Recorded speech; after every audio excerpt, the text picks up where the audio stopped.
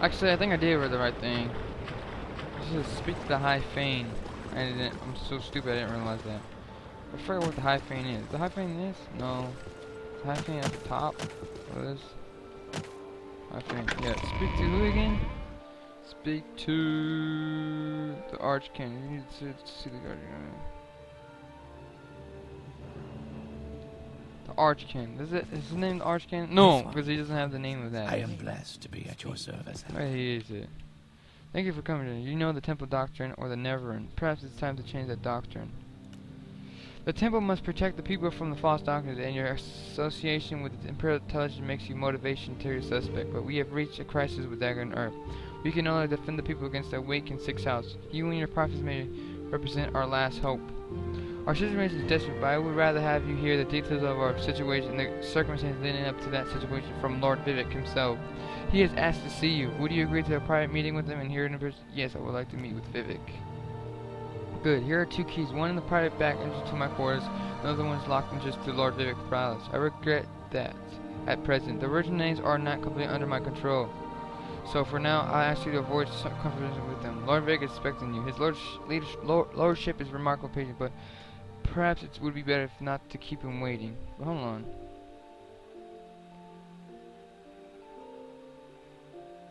What the fuck? Let's see. Hold on. Control the originator.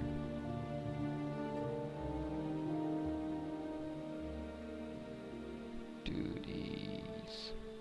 No, that's not it. I thought it was it.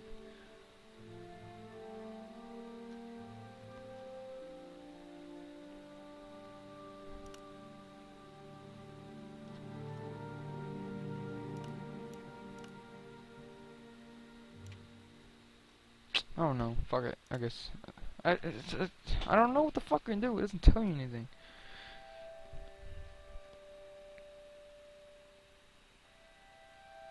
Greenhouses, all that for it.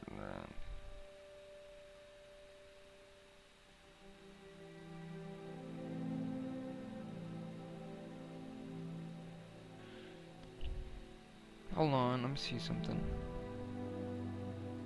A warm welcome to you.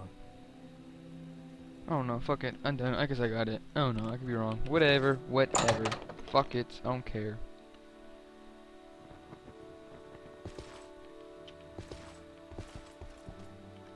My quick save.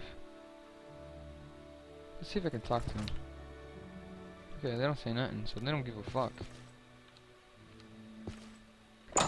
Physic College. Is that the right area? Am I stupid? I'm just too. Oh, fuck. They will attack you. Why would they fucking attack me? You're agreeing to what I say, but they don't attack me because I own the motherfuckers. I own the motherfuckers. Now we can talk to Vivek. Oh, I'm gonna save actually. Save. Because we actually been pretty far.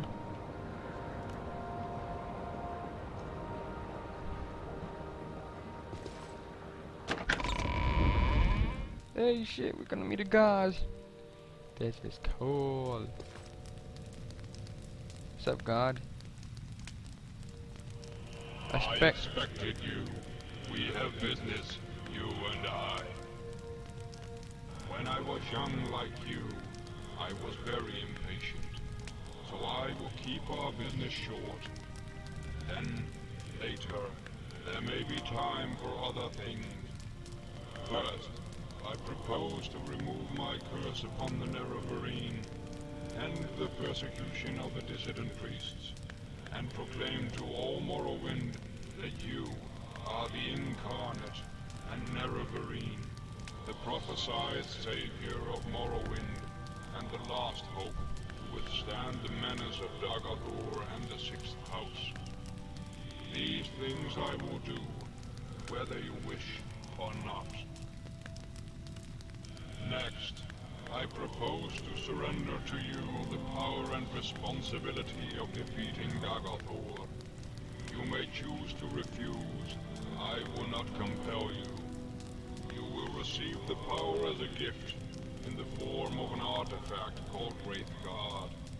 You may accept the gift, then do with it as you will. You you will receive the responsibility as an oath. You may give your oath, then keep it or break it as you like. First, will you accept Wraithguard as a gift?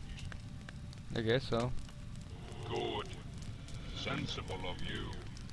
And now will you give your oath before all gods and men, before all spirits visible and invisible, before my honor and your honor, to dedicate yourself and Wraithguard to the defeat and destruction of Daggothor, and the preservation of Morrowind and its people.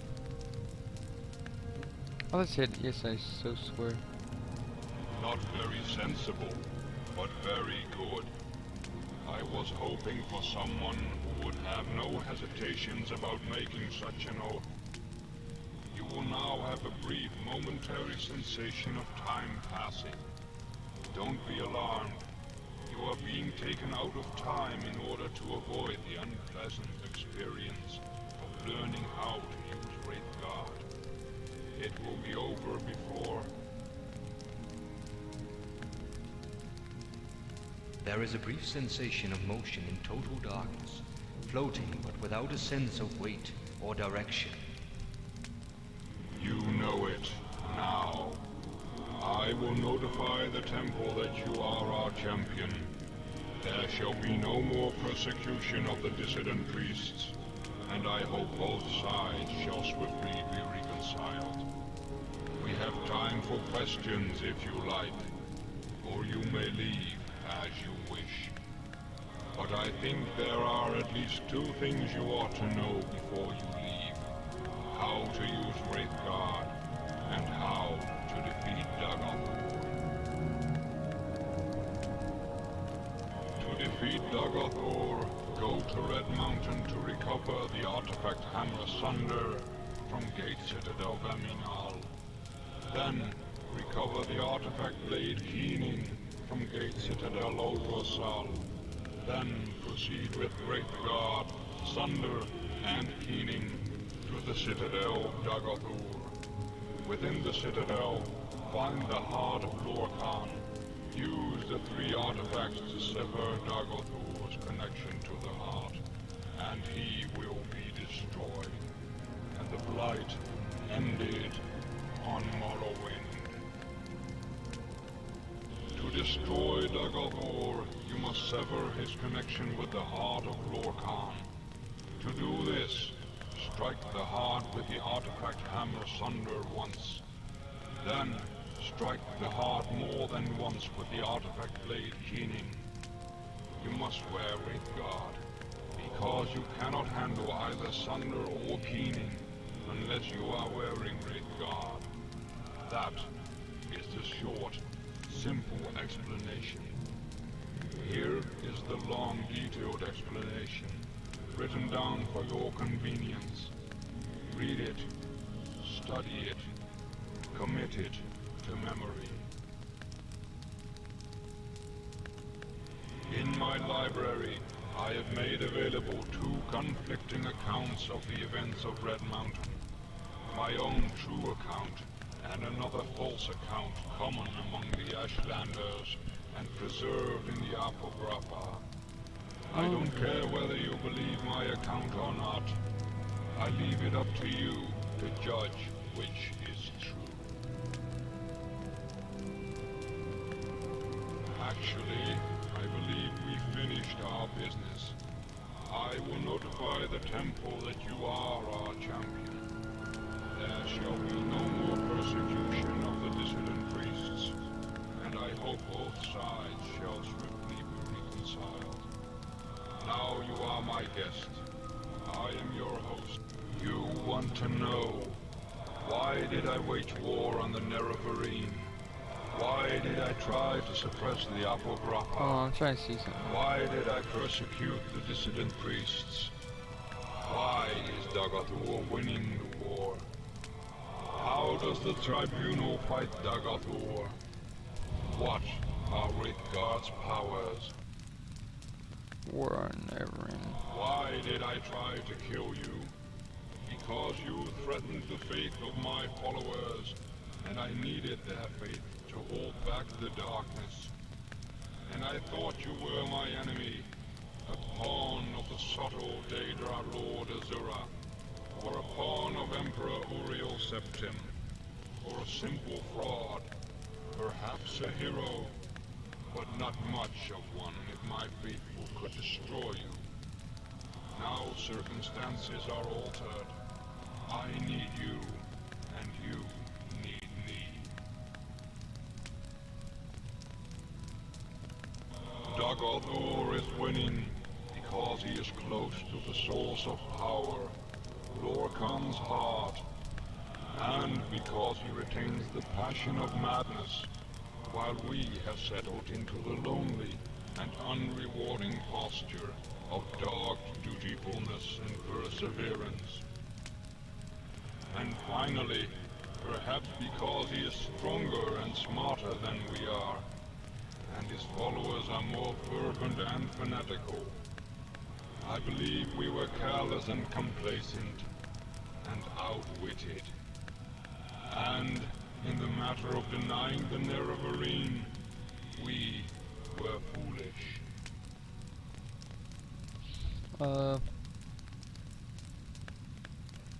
In the past, the Tribunal made seasonal campaigns to Red Mountain.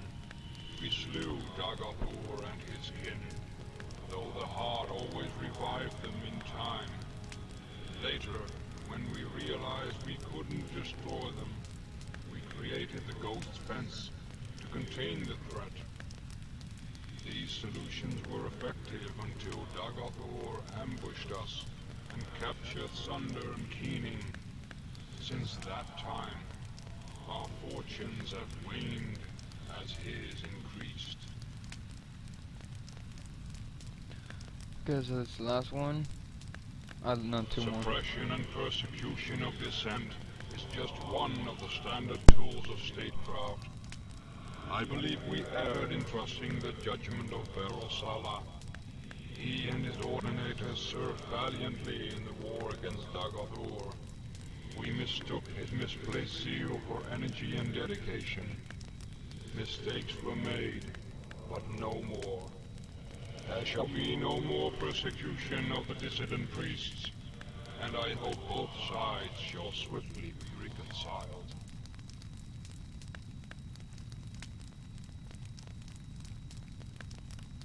Wraithguard's primary function is to protect the wearer from the fatal energies of the artifact Sunder and Keening. It also has minor protective enchantments against physical and magical damage that you may find useful.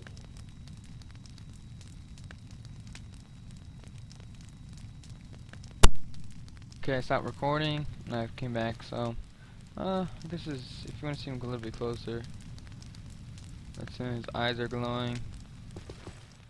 So let's see something. Battle of the Red Dagger plants never on the Red Mountain. Battle of the blah blah blah. The following is a transcript of the words of the Lord Vivek, addressed to the descendant priest of Mal Alman who confronted Vivek with the ash lanterns surrounding the Battle of the Red Mountain, and with prophecy of the Neverend into manner. Who can clearly recall the events in the past? But you have asked me to tell you in my own words. The events surrounding the Battle of the Red Mountain, the birth of the tribute, and the prophecies of the Neverend Reborn. Here's what I can tell you. When the Chimer first abandoned their herds and tents of the nomadic ancestors and built the first great houses, we loved the Daedra and we worshipped them as gods. But our brethren, the Dwarf, scorned the Daedra and mocked our foolish rituals and preferred instead their gods of reason and logic. So the Chimer and Doom were always at bitter war until the Nords came and invaded Risdian. Only then the Chimer and Durham put away their strife and joined together to cast out the invaders. Once the Nords were driven out, General Neverar of the Chimer and General Domak of the Dormer, who had come to love and respect one another, resolved to make peace between their people. In that time I was but a junior counselor to Neverar and Neverend Queen. Fuck the damn bitch's name. Almixia, whatever. And his other favorite counselor, South Seal, always doubted that such a peace might long survive. given the bitter dispute between Chimer and Dormer. But by negotiation and compromise, Neverwhere and Dumac somehow managed to preserve a fragile peace.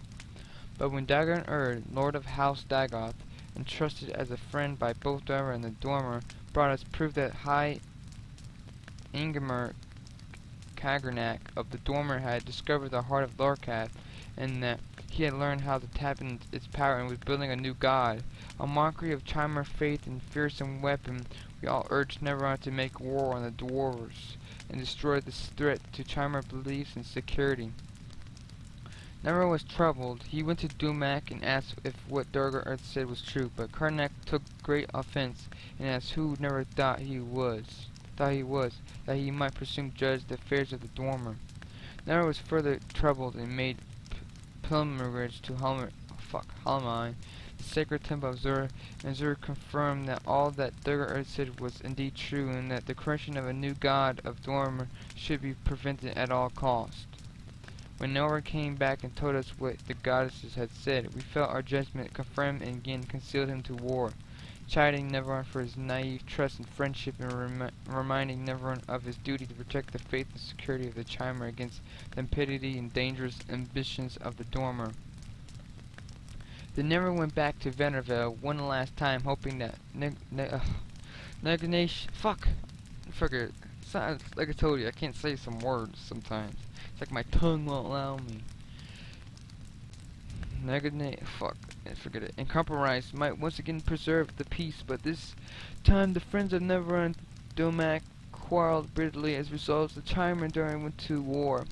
Dormer were well defended by their fortress at Red Mountain, but Neverwhere cunning drew most of the Dumac armies out into the field and pinned them there, while Neverwhere and Dagon and a small group of companies could make their way into the heart of the chamber by secret means. There, Neverwhere and the Chimer King met Dumac, the Dwarf King, and they both collapsed from grievous wounds and drained magics, with Dumac fallen and threatened by Daguth, whatever he said, I forgot what he said, and others. Camernac turned his toes upon the heart, and Neverwhere said that he saw Camernac and all his dwarven companies at once disappeared from the world. He saw Camernac and all his dwarven companions at once disappeared from the world. In that instant, Dwarven everywhere disappeared without a trace. But Cagernac tools remained, and Dagon seized them, and he carried them to Neverwhere, saying, "That fool Cagernac had destroyed his own people with this thing. We should destroy them right away, lest they fall into the wrong hands." But Neverwhere was resolved to confer with his queen and his generals, who had foreseen that this war would come, and whose counsel he would not ignore again. "I will ask the Tribble what we shall do with them, for they have wisdom in the past that I had not. Stay here, loyal Dagon, until I return." So Neverwhere told Dagon to protect the tools in the heart chamber until he returned. The Neverwhere was carried to us when we waited on the slopes of Red Mountain, and he told us all that has transpired under Red Mountain. What Neverwhere had said was that the Dormer had used special tools to turn their people into immortals, and that the heart of Lorcath held wondrous powers. Only later did we hear from the other present that Dagon had thought the Dormer destroyed, not made immortal. And no one knows for sure what really happened there. After hearing Neverwhere, we gave our counsel as he requested. We should preserve these tools and trust for the welfare of the Chimer people. And who knows, perhaps the Dormers are not gone forever, but merely transported to some distant realm, from which they may someday return to threaten our security once again. Therefore, we need to keep these tools, to study them and their principles, so that we may be safe in future generations. And though Never voiced his grave meanings, he was unwilling to be ruled by our council under one condition, that we all together should swear a solemn oath upon Azura that the tools would never be used in the profane manner that the Dormer had intended. We all readily agreed and swore a solemn oath at Never's dictation. So then, we went with Never back into Red Mountain and meet with Dagon. Dagon refused to deliver the tools to us, saying they were dangerous and we could not touch them. Dagon seemed to be irrational, insisting that only he could be trusted with the tools, and then we guessed that he had somehow been affected by the handling of the tools, but now I feel sure that he privately learned the powers of the tools and had in some confused way decided he must have them for himself. The Neverland and our guard restored force to... Oh damn, the game just went like slow. Hold on, I'll be back. Okay, is it gonna stop? Okay, I guess it looks like stop. And forced to snow, it went back. Somehow Dagon Earth and his return escaped, but gained the tools and learned them to Sotha Sil for study and safekeeping. For some years we kept the oaths we swore to Azura with Neverart, but during that time, in a secret Sotha must have studied the tools and divined their mysteries, and at last he came to us with a vision of a new world of peace, with justice and honor for nobles, and health and prosperity for the commoners. With the Tribble as immortal patrons and guides, dedicated ourselves to this vision of a better world. We made a pilgrims to the Red Mountain and transformed ourselves with the power of Cabernet tools. And no sooner than we had completed our rituals and began to discover our newfound powers, the dangerous Lord appeared and cursed us for our forsworn oaths. By her powers of prophecies, she assured us that her champion, everyone true to his oath, would return to punish us for our perfidy, I can never say that, and to make sure such profane, hold on, what was it, she said that her champion, true to return to punish us for our perfidy, to make sure such profane knowledge might never again be used to mock and defy the will of gods. But still said to her, the old gods are cruel and arbitrary and distant from the hopes and fears of mere. Your age is past, and we're the new gods, born of the flesh and wise and caring of the needs of our people. Spare us your threats and chiding and instant spirit. We are bold and fresh and will not fear you. And then in that moment all Chimera were changed into dumber. Oh shit. And then all Chimera were changed into dumber, and our skins turned ashen and our eyes into fire. Of course we only knew at that time that this had happened to us, but Azura said, this is not my act, but your act. You have chosen your fate and the fate of your people, and all dormers shall share your fate. From now to the end of time, you think yourself gods, but you are blind in all its darkness. And Thursday left us alone in darkness. We were all afraid, but we put on brave faces and went forward from the Red Mountain to build the new world of our dreams. And the new world we shaped was glorious and generous. And the warship of the Dummer, front and grateful. The Dummer were at first afraid of the new faces, but Sotha spoke to them, saying that it was not cursed but a blessing, a sign of the changed natures, and sign of the special favor they might enjoy the new Mer, no longer barbarian, trembling before ghosts and spirits, but civilized Mer, speaking directly to their Myrtle's friends and patrons. But the three faces of the Tribble were all inspired by Sotha's speech and visions, and took heart, and over time we crafted the customs and institutions of just an honorable society in the land of Ryzian new millennium of peace, equity, and prosperity known to other savage races. But beneath the Red Mountain, Dagon has survived, and even as the light of our bold new world shined even brighter beneath the Red Mountain, the darkness gathered, the darkness gathered, a darkness that was close kin to bright light that Southern coaxed from the heart of Darkath with the tools of Kakarnak. As the darkness grew, we fought and cut through the walls like fine, but we never could destroy it, for the source of darkness was the same source as the source of our own divine inspiration. God damn, let's stop fucking lagging, fucking frap. I mean, it's fucking annoying. It's still doing it. It's like act like I have like no hard drive space and shit.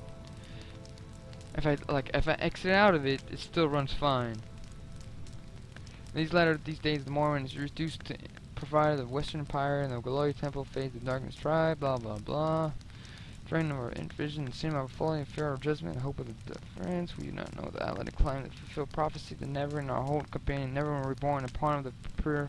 Or we insist you added the temple doctrine and the fate, but we insist you. Gosh, this shit's pissing me off.